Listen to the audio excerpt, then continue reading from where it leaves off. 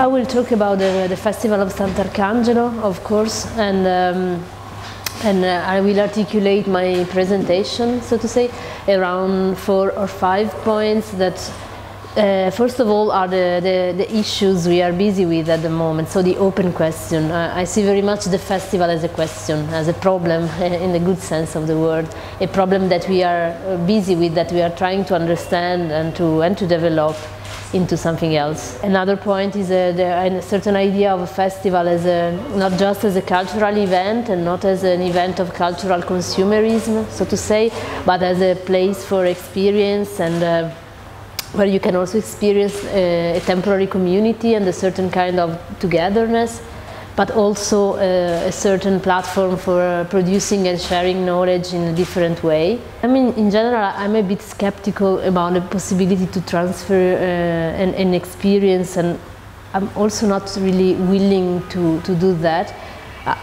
What I see this possibility as a really valuable possibility to share some questions and to share some uncertainty as well.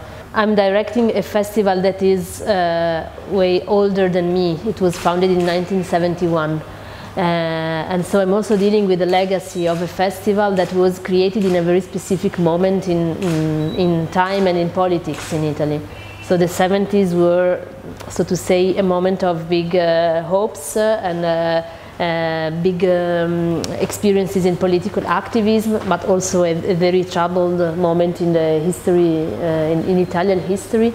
And that festival was founded by the mayor of a city and by an artist together. This is a strong point, I think. And still we are keeping the same title for the festival, which is International Festival of Theatre in the Piazza. And in this sentence there are a lot of problems, I think. One is about being international. What does it mean for a festival, and how do you balance, let's say, between internationality and the connection to a local specific context? And the second problem, of course, what does theatre in the piazza mean? At the beginning it was a lot about street theatre. The theatre and the piazza have changed a lot in these 40 years. The political dimension and the artistic dimension have changed a lot, but still putting these two words one next to the other makes something happen or raises some issues.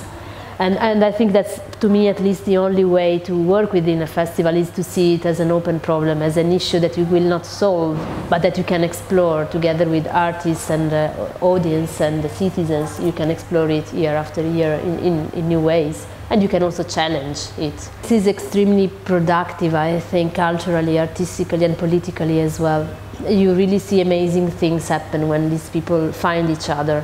Another important point is that we try to work in the public space also in order to encounter people who would never choose to go to the theatre, who maybe would not take the risk, the cultural risk, I mean, to go to see contemporary theatre, or cannot afford it very simply, or just don't have the theatre in their map. The role of the art and the artist is, on one hand, to not to please, but to touch where it hurts, so to raise some questions that really hurt, and to ask some questions or to say something that we or the authorities would not like to listen to.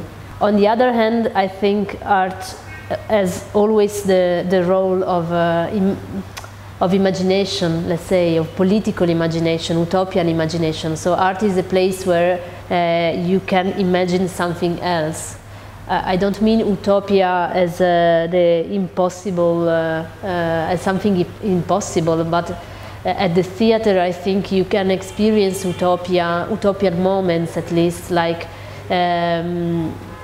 glimpses or moments where you experience the possibility that things are different than they actually are. And this is I think particularly valuable in transition moments where at least to me the most important thing is to keep imagining the possible as an open space.